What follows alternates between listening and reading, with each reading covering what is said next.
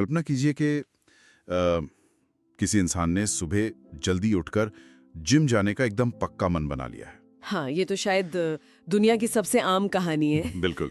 मतलब रात को सोने से पहले मोटिवेशन एकदम चरम पर होता है। जिम के कपड़े निकाल कर रख दिए गए हैं, जूते दरवाजे के पास बिल्कुल तैयार रखे हैं। एकदम परफेक्ट प्लानिंग। हाँ, लेकिन अगली सुबह जैसे ही अलार्म बजता है, अचानक उसी इंसान का दिमाग उसे 100 ऐसे लॉजिकल कारण दे देता है कि आज सिर्फ 5 मिनट और सोना ही क्यों सबसे सही फैसला है। वो बस 5 मिनट और वाला जो जाल है। सही कहा। दिमाग कहता है कि बाहर बहुत ठंड है, या कल जिम में ज्यादा मेहनत कर ली थी, या फिर नींद पूरी ना होने से दिन भर थकान रहेगी। और जानते हुए भी कि उठना चाहिए, वो इंसान स्नूज बटन दबा देता है। और फिर सीधा 1 घंटे बाद आंख खुलती है। बिल्कुल ऐसा ही होता है। तो सोचने वाली बात यह है कि ऐसा क्यों होता है कि दुनिया का सबसे विकसित अंग यानी इंसान का अपना दिमाग उसी का सबसे बड़ा दुश्मन बन जाता है। ये एक बहुत ही गहरा सवाल है ना? तो आज की इस गहरी चर्चा में हम सिर्फ ऊपर ऊपर की मोटिवेशनल बातें नहीं करने वाले हैं। आज हमारे सामने the master of the mind, a guide to mental discipline के नोट्स और अंश हैं, जो कि बहुत ही कमाल का सोर्स मटेरियल है। एकदम। और आज हमारा मिशन इसी बात की गहराइयों में जाना है कि हम बाहरी दुनिया या परिस्थितियों से नहीं, बल्कि अपने ही दिमाग की बायोलॉजी से कैसे हारते हैं। और ये जो मानसिक अनुशासन है, या कहें मेंटल डिसिप्लिन, इसका असली विज्ञान आखिर काम कैसे करता है। देखिए, ये एक ऐसी लड़ाई है जिससे दुनिया का हर इंसान हर दिन लड़ रहा है। और इन सोर्स मटेरियल्स को खंगालते हुए जो सबसे बड़ी बात उभर कर आती है, वो ये है कि अनुशासन या डिसिप्लिन की कमी कोई पैदाइशी कमजोरी नहीं है। अच्छा, मतलब लोग जो सोचते हैं कि हम तो पैदाइशी आलसी हैं। हाँ, हम अक्सर खुद को कोसते हैं कि हमारे अंदर टैलेंट नहीं है या हम में विल पावर ही नहीं है। लेकिन असल समस्या ये है कि हमें पता ही नहीं है कि हमारे अपना दिमाग अंदर से काम कैसे कर रहा है। मतलब हमारे पास मैनुअल ही नहीं है। बिल्कुल। विचारों का, भावनाओं का और हमारे एक्शंस का जो पूरा एक सिस्टम है, उसे समझे बिना हम एक ऐसी मशीन को चलाने की कोशिश कर रहे हैं जिसका मैनुअल कभी हमें दिया ही नहीं गया। लेकिन एक मिनट रुकिए, अगर हम सिस्टम की बात कर रहे हैं तो ज्यादातर लोग तो यही मानते हैं कि किसी भी काम को करने के लिए बस मोटिवेशन चाहिए। हाँ, ये सबसे बड़ी गलतफहमी है। लोग मोटिवेशनल वीडियोस देखते हैं, गाने सुनते हैं, किताबें पढ़ते हैं। शुरुआत में एक गजब का जोश भी आता है, तो फिर कुछ ही दिनों में वो जोश हवा क्यों हो जाता है। क्या मोटिवेशन अपने आप में कोई धोखा है? देखिए, धोखा कहना शायद पूरी तरह सही नहीं होगा, लेकिन मोटिवेशन पर पूरी तरह निर्भर रहना बिल्कुल वैसा ही है जैसे कोई इंसान रेत के ढेर पर एक मजबूत इमारत खड़ी करने की कोशिश कर रहा हो। रेत के ढेर पर मतलब वो कभी भी गिर सकती है। बिल्कुल। मोटिवेशन दरअसल कोई ठोस चीज नहीं है, ये सिर्फ एक भावना है, एक इमोशन है। और इंसानी भावनाओं की सबसे बड़ी फितरत क्या होती है? कि वो बदलती रहती हैं। एकदम सही, वे हमेशा बदलती रहती हैं। जैसे आज कोई इंसान बहुत खुश है, कल उदास हो सकता है। उसी तरह आज कोई प्रेरित महसूस कर रहा है, लेकिन कल थकान, तनाव या ऑफिस की किसी बहस की वजह से वो मोटिवेशन पूरी तरह गायब हो सकता है। तो मोटिवेशन के भरोसे बैठे रहना बेवकूफी है। हाँ, इसके विपरीत अनुशासन या डिसिप्लिन कोई भावना नहीं है। डिसिप्लिन एक सिस्टम है, एक ढांचा है जो तब भी एक्शन लेने पर मजबूर करता है जब दिमाग का मूड बिल्कुल खराब हो। लेकिन अगर मोटिवेशन काम नहीं करता और हमें डिसिप्लिन नाम का एक सिस्टम बनाना है, तो क्या उस सिस्टम को बनाने की शुरुआत के लिए भी तो मोटिवेशन की जरूरत नहीं पड़ेगी? मतलब ये तो वही बात हो गई कि मुर्गी पहले आई या अंडा। ये बहुत ही जायज सवाल है। मैं इसे ऐसे समझाती हूँ, मोटिवेशन एक चिंगारी की तरह है जो आग शुरू तो कर सकती है, लेकिन उस आग को जलाए रखने के लिए लकड़ियों का जो लगातार सिस्टम चाहिए, वो डिसिप्लिन है। वो बहुत बढ़िया एनालॉजी है ये। हाँ बिल्कुल, बचपन से यही सुनते आ रहे हैं। लेकिन विकासवाद यानी एवोल्यूशन के नजरिए से देखें तो दिमाग का मुख्य काम हमेशा से ऊर्जा या एनर्जी बचाना रहा है। एनर्जी बचाना? हाँ, हजारों साल पहले जब इंसान जंगलों में रहता था, तब खाना आसानी से नहीं मिलता था, तो दिमाग की प्रोग्रामिंग ऐसी बन गई कि जब तक जान पर ना बनाए तब तक अपनी एनर्जी बचाकर रखो। अच्छा, तो इसका मतलब यह है कि जब भी सामने कोई मुश्किल काम आता है, जैसे कोई रिपोर्ट पढ़ना या एक्सरसाइज करना, तो हमारा दिमाग उसे एक ऐसे काम के तौर पर देखता है जिसमें बहुत सारी एनर्जी खर्च होगी। बिल्कुल सही पकड़ा आपने। और क्योंकि उसकी कुदरती प्रोग्रामिंग एनर्जी बचाने की है, वो तुरंत बहाने बनाने लगता है कि कल से शुरू करेंगे या अभी मूड नहीं है। तो क्या हम अपने आदि मानव वाले दिमाग के पूरी तरह गुलाम हैं? देखिए, गुलाम नहीं कहूंगी, लेकिन हमें उसके काम करने के तरीके को समझना होगा। और यहीं पर विल पावर यानी इच्छा शक्ति का कॉन्सेप्ट बीच में आता है। Will power. लोग सोचते हैं कि विल पावर कोई जादुई कभी न खत्म होने वाली ताकत है, लेकिन विज्ञान बताता है कि विल पावर असल में एक बैटरी की तरह है। एक बैटरी की तरह। हाँ, जैसे जैसे दिन बीतता है, इंसान बहुत सारे छोटे छोटे फैसले लेता है। सुबह क्या पहनना है, नाश्ते में क्या खाना है, किस ईमेल का पहले जवाब देना है। हाँ, ये सब तो हम रोज करते हैं। और हर एक फैसला दिमाग की थोड़ी सी एनर्जी खर्च करता है। इस पूरी प्रक्रिया को डिसीजन फटीग या फैसलों की थकान कहा जाता है। अरे, ये तो एकदम एक स्मार्टफोन की बैटरी जैसा हो गया। बिल्कुल, एकदम वैसा ही। मतलब सुबह जब हम उठते तो बैटरी 100% होती है, लेकिन बैकग्राउंड में 50 अलग अलग एप्स चल रहे होते हैं, यानी दिन भर के छोटे छोटे डिस्ट्रैक्शंस और फैसले। हाँ, और वो बैटरी चूसते रहते हैं। और दोपहर तक बैटरी रेड जोन में आ जाती है। तो क्या यही वजह है कि अक्सर लोग दिन भर तो बहुत सख्त डाइट फॉलो करते हैं, लेकिन रात होते होते उनका सारा कंट्रोल टूट जाता है और वे जंक फूड खा लेते हैं? एकदम सही एनालॉजी दी आपने। रात तक विल पावर की वो बैटरी पूरी तरह खत्म हो चुकी होती है। और फिर दिमाग तुरंत अपनी डिफॉल्ट सेटिंग पर चला जाता है, यानी वो रास्ता जहां सबसे कम एनर्जी खर्च हो। जंक फूड खाना आसान है, सलाद बनाना मुश्किल है। वाओ, ये तो बहुत कुछ साफ कर देता है। इसीलिए सोर्स में ये बात जोर देकर कही गई है कि सफल लोग इस बैटरी को फालतू फैसलों में खर्च नहीं करते। वे अपनी विल पावर पर निर्भर रहने के बजाय अपनी जिंदगी को ऑटोमेट कर देते हैं। ऑटोमेट कर देते हैं मतलब वो नियम बना लेते हैं। हाँ, वे ऐसे सिस्टम बना लेते हैं ताकि उन्हें बार बार वो लड़ाई लड़नी ही ना पड़े। तो अगर खुद को रोकना या हर पल अपनी इच्छाओं से लड़ते रहना एक हारने वाली रणनीति है, तो फिर असल में जीता कैसे जाए? मतलब अगर विल पावर सच में एक खत्म होने वाली बैटरी है, तो फिर वो लोग जो हर दिन मुश्किल काम लगातार कर पाते हैं, क्या उनका पास कोई एक्स्ट्रा बैटरी होती है? नहीं, उनके पास कोई एक्स्ट्रा बैटरी नहीं होती। जवाब हमारी आदतों और हमारे आसपास के माहौल में छिपा है। माहौल में? हाँ, अगर विल पावर फेल हो जाती है तो माहौल काम आता है। सोर्स में आदतों के काम करने के एक बहुत ही स्पष्ट लूप का जिक्र है: ट्रिगर, एक्शन और रिवॉर्ड। ट्रिगर, एक्शन और रिवॉर्ड। इसे थोड़ा आसान भाषा में समझते हैं। बिल्कुल। मान लीजिए किसी को बोरियत महसूस हो रही है या काम करते हुए थोड़ा तनाव हो रहा है, तो ये बोरियत क्या है? ये एक ट्रिगर है। ठीक है। अब इसके जवाब में वो इंसान अपना फोन उठाता है और सोशल मीडिया स्क्रॉल करने लगता है। ये उसका एक्शन हो गया, जो कि हम सब करते हैं। और ऐसा करने से उसे तुरंत मजा आता है, उसे अच्छा लगता है। ये उसका रिवॉर्ड है। ये जो रिवॉर्ड है, इसे अक्सर डोपामीन कहा जाता है ना? हाँ, बिल्कुल। लेकिन ये डोपामीन असल में क्या है? इसे बहुत ही साधारण भाषा में कैसे समझा जा सकता है? इसे आप दिमाग का फील गुड केमिकल या खुशी का इनाम समझ सकते हैं। अच्छा।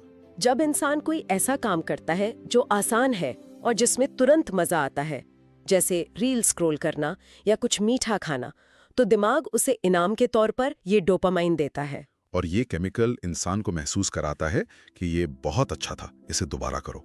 एकदम सही। और ये लूप इतनी गहराई तक दिमाग में बैठ जाता है कि कुछ समय बाद इंसान बिना सोचे ही, लगभग अनजाने में अपना फोन उठा लेता है, उसे पता भी नहीं चलता। तो अगर ये केमिकल इतना ही शक्तिशाली है, तो क्या हम कभी इस लूप को तोड़ सकते हैं? मतलब अगर सामने फोन रखा है तो दिमाग तो डोपामीन ही मांगेगा ना? बस यही सबसे बड़ा कैच है। असली कंट्रोल फोन से लड़ने में नहीं है। तो फिर किस में है? असली कंट्रोल फोन को अपने माहौल से दूर करने में है।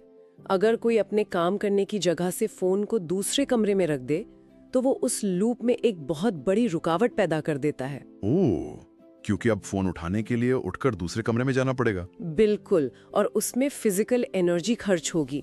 और जैसा कि हमने पहले देखा, इंसान का आदि मानव वाला दिमाग एनर्जी खर्च करने से नफरत करता है। क्या बात है। इसलिए वो अक्सर उस विचार को वहीं छोड़ देता है और वापस काम में लग जाता है।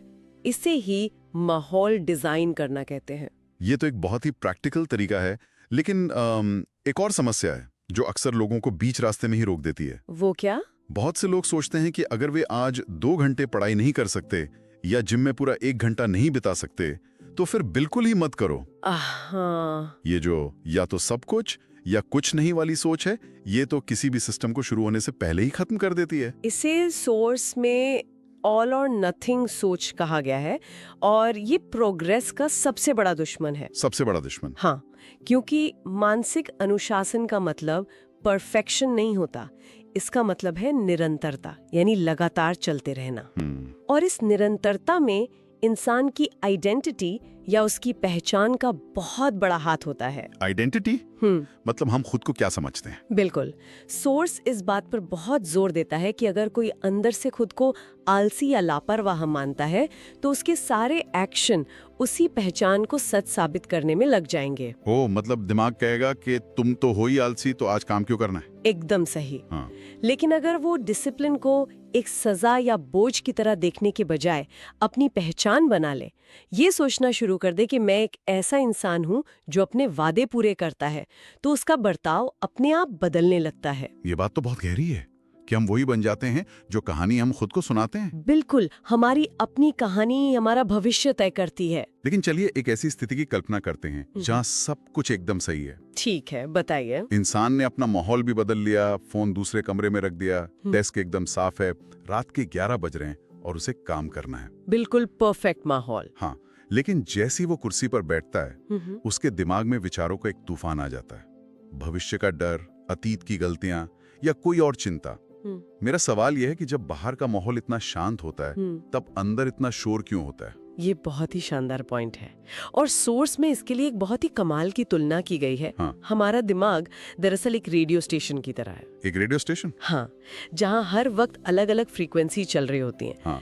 कभी डर की फ्रीक्वेंसी बज रही है, कभी गुस्से की, तो कभी आराम की, और हम उस शोर में खो जाते हैं। समस्या ये है कि इंसान अक्सर ये मान लेता है कि वो खुद ही वो रेडियो स्टेशन है, लेकिन सच्चाई ये है कि इंसान वो रेडियो स्टेशन नहीं बल्कि वो दर्शक है, वो ऑब्जर्वर है जो उन फ्रीक्वेंसीज को सिर्फ सुन रहा है। अच्छा, इसका मतलब है कि हमें हर एक विचार पर तुरंत कोई प्रतिक्रिया देने की जरूरत नहीं है। हम बस पीछे खड़े होकर ये देख सकते हैं कि दिमाग क्या बकवास कर रहा है। बिल्कुल, आपको हर विचार पे रिएक्ट नहीं करना है। जिस पल ये एहसास हो जाता है कि हर विचार सच नहीं है और हर बात पे उलझने की जरूरत नहीं है, उसी पल से मानसिक बदलाव शुरू होता है। वाओ। और यहीं से प्रोक्रेस्टिनेशन यानी काम टालने की बीमारी की असली वजह भी समझ में आती है। हाँ, प्रोक्रेस्टिनेशन। हम सब जानते हैं कि काम जरूरी है, फिर भी हम उसे टालते रहते हैं। क्या ये सच में आलस नहीं है? एकदम नहीं, और ये बात सच में दिमाग सुन कर देने वाली है। सोर्स बताता है कि प्रोक्रेस्टिनेशन आलस का नहीं बल्कि इमोशनल रेगुलेशन का मसला है, अपनी भावनाओं को संभालने का। भावनाओं को संभालने का कैसे? जब भी कोई काम मुश्किल, बड़ा या अनिश्चित लगता है तो हमारा दिमाग उसे एक खतरे की तरह देखने लगता है। अच्छा, खतरे की तरह? जैसे आदि मानव के लिए कोई जंगली जानवर खतरा होता था, वैसे ही आज के दिमाग के लिए एक बहुत बड़ा प्रोजेक्ट या कोई मुश्किल फैसला एक खतरा है। ओह, तो क्या इसका मतलब यह है कि हमारा दिमाग असल में हमारा दुश्मन नहीं बल्कि एक ओवर प्रोटेक्टिव बॉडीगार्ड की तरह काम कर रहा है? वो हमें बचाना चाहता है? ये एक बहुत ही सटीक एनालॉजी है। दिमाग सच में एक ओवर प्रोटेक्टिव बॉडीगार्ड है जो हमें सुरक्षित महसूस कराने के लिए, हमें अपने कंफर्ट जोन में रखने के लिए किसी न किसी डिस्ट्रैक्शन की तरफ धकेल देता है। मतलब वो कहता है कि बॉस बाहर खतरा है, यही बैठे रहो। हाँ, वो कहता है ये काम बहुत मुश्किल है, इसमें फेल होने का डर है, चलो इससे बेहतर है कि हम कोई मजेदार वीडियो देख लें, वहाँ हम एकदम सुरक्षित हैं। ये तो इंसान के खुद को देखने का नजरिया ही बदल दे।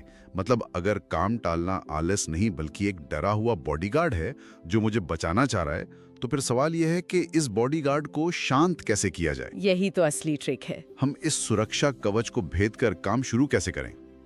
क्योंकि अगर हम दिमाग से कहेंगे कि मुझे 50 पेज की रिपोर्ट लिखनी है, तो बॉडीगार्ड तो तुरंत अलार्म बजा देगा। बिल्कुल बचा देगा। और इस अलार्म को बजने से रोकने का सबसे कारगर तरीका सोर्स में बताया गया है, start before you are ready. Start before you are ready, यानी पूरी तरह तैयार होने से पहले ही शुरुआत कर देना। हाँ, हम हमेशा सही समय, सही मूड या किसी जादुई प्रेरणा का इंतजार करते रहते हैं कि जब मूड बनेगा तब करेंगे। लेकिन सच्चाई यह है कि एक्शन लेने से पहले हमेशा एक धुंधलापन या डर होता है। इस बॉडीगार्ड को चकमा देने के लिए उसे ये जताना होता है कि खतरा बहुत छोटा है। खतरा बहुत छोटा है, मतलब अगर मुझे 50 पेज की रिपोर्ट लिखनी है तो मैं दिमाग से क्या कहूँ? आपको बस इतना कहना है कि हम सिर्फ 5 मिनट काम करेंगे। सिर्फ 5 मिनट? हाँ, 5 मिनट का टास्क दिमाग को कोई बड़ा खतरा नहीं लगता।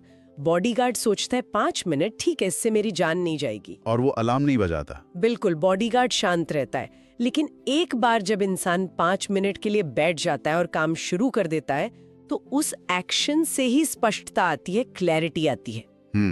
और वो क्लैरिटी आगे बढ़ाती है? हाँ, उस स्पष्टता से एक मोमेंटम या गति बन जाती है जो अक्सर उसे आधे घंटे या 1 घंटे तक काम करने पर मजबूर कर देती है। ये तो सीधे सीधे दिमाग को हैक करने जैसा हुआ। एक तरह से हाँ। मतलब हम मोटिवेशन का इंतजार नहीं कर रहे हैं, हम छोटा सा एक्शन लेकर मोटिवेशन खुद पैदा कर रहे हैं। एकदम सही बात है।